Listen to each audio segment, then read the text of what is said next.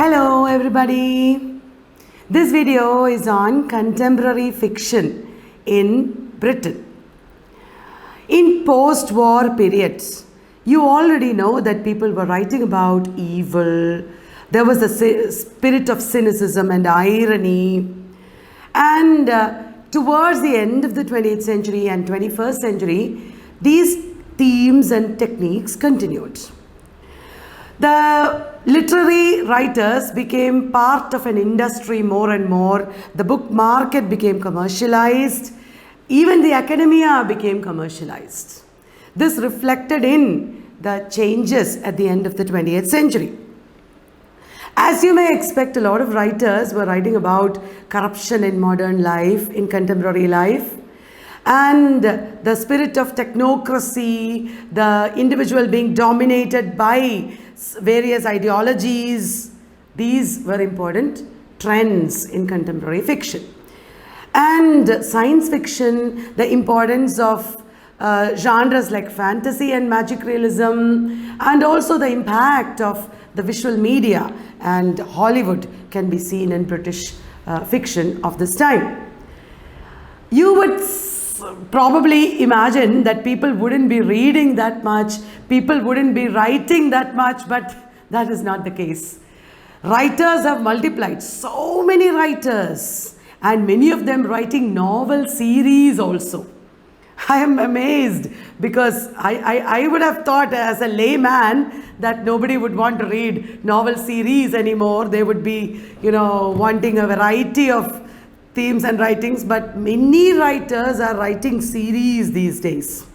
From the end of the 20th century itself, there were novel series or Roman flu like that. Anthony Powell's Dance to the Music of Time, C.P. Snow's Strangers and Brothers are cases in point. Olivia Manning, Paul Scott, Pat Barker, Lawrence Durrell, Hilary Mantel, to name a few. They have all written novel series. And a lot of contemporary fiction is experimental. People experimenting with themes and techniques, obviously. And Nouveau Roman and anti-novel techniques from the modernist period are still revived these days. So in this new chapter on contemporary fiction in our Encyclopedia Volume 3, I have divided contemporary writers into categories. Writers of non-British ancestry is what we will talk about first. Many of you might have heard of the Jewish British writer Howard Jacobson. What did he write? The famous novel Finkler Question. This novel won the Man Booker Prize in 2010. Another major writer is Louis de Bernier, French, that's why the name is a little difficult. He has written a Latin American trilogy that's quite famous, and Captain Corelli's Mandolin. These are not prescribed in universities, but in many contemporary exams like GATE, they ask questions to check whether you are reading contemporary fiction. If you are updated in contemporary literature, you will be able to answer a lot of questions. So it is better you know a few things about these works as well. And he has written Red Dog, Birds Without Wings, etc. Remember, these are writers of non-British ancestry, and they do write about multiculturalism and various aspects of contemporary Britain. Neil Gaiman is a writer of comic books. You might have heard of his comic book series, The Sandman. It's quite famous. And also novels like Stardust, American Gods, etc.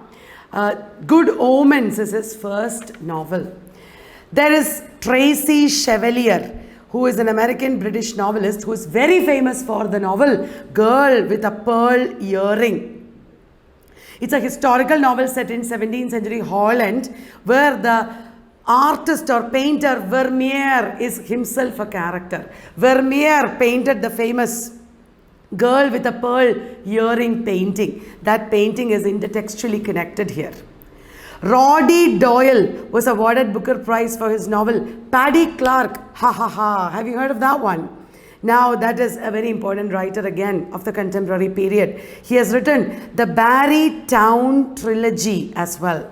The Woman Who Walked Into Doors by Roddy Doyle, again, could be important.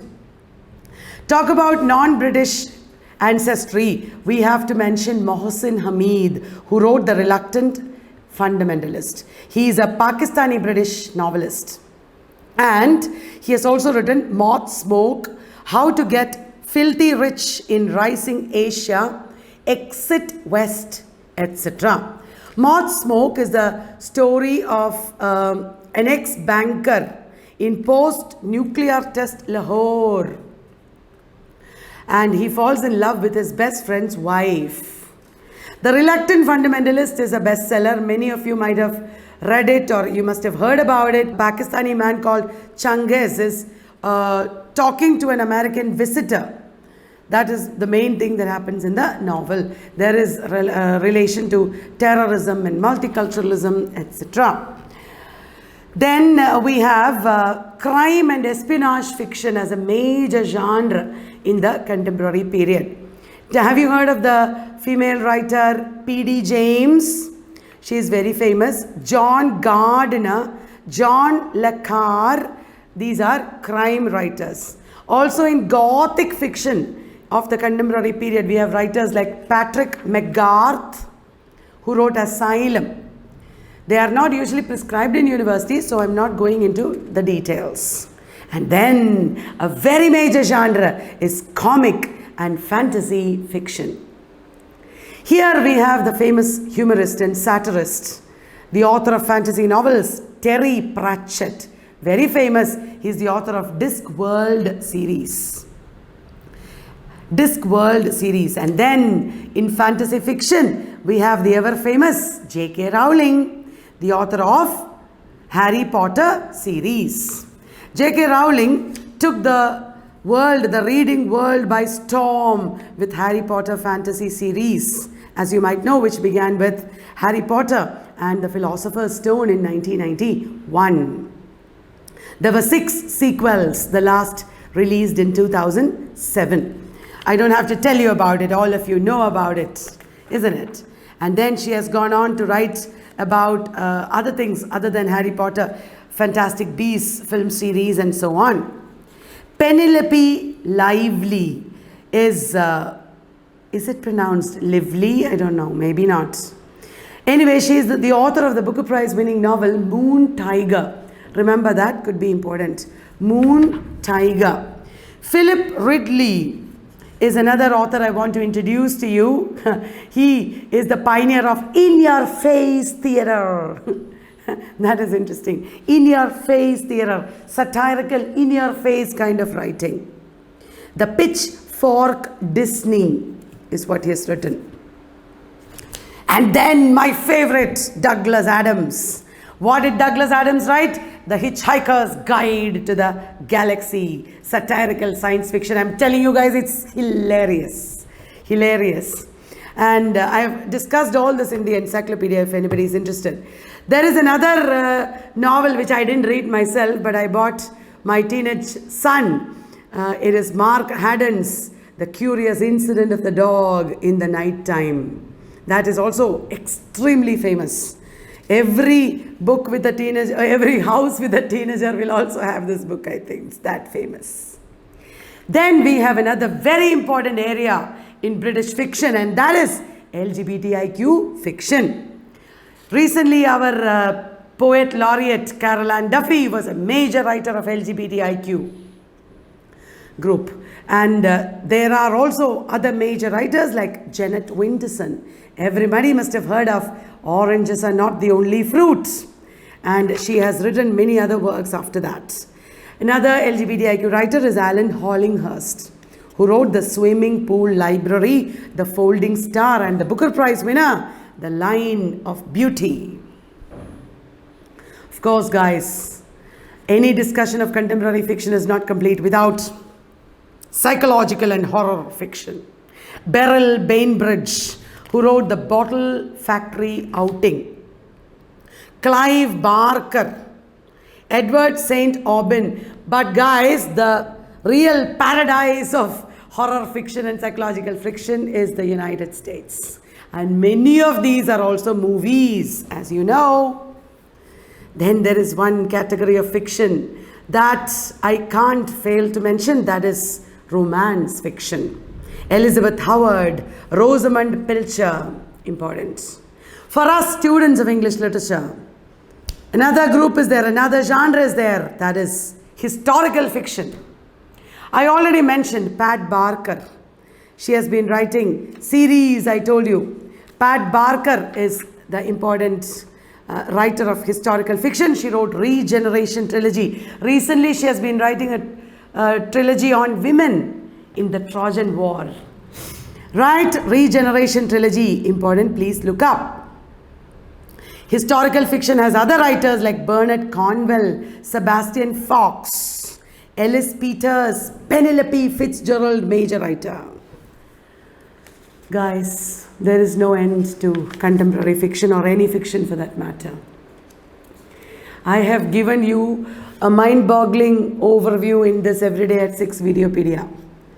And I've been telling you, read on your own, research on your own. I know majority of you do not like that probably. I don't know if you're doing it. It'll be good if you do it, because then you will be real scholars.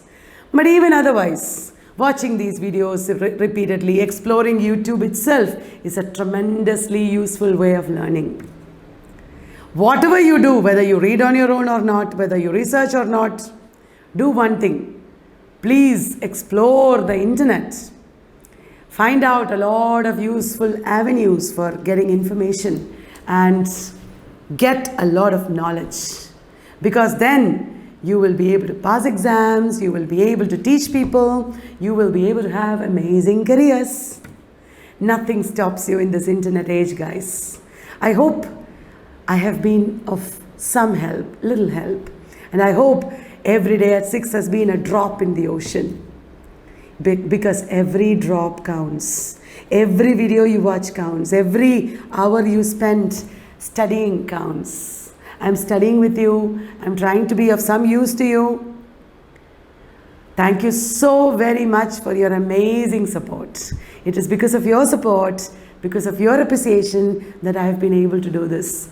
Not just me, my team. So many people who have worked behind this, building content, helping me to do the videos, helping me with questions, helping me with the shooting, the recording of the videos, helping me with putting them online so that you will see it. So many people are there behind. And we are all working together as one team so that you will have amazing careers. Let us carry this forward. Our work is not enough. Your work also. Together we can do it. Thank you so very much.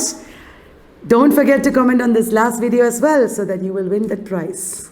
And let me know what other series you want. I will come back with more series like this. Meanwhile, we can be together in our 10 p.m. live. So, main hu na. Thank you very much. Bye-bye. Love you.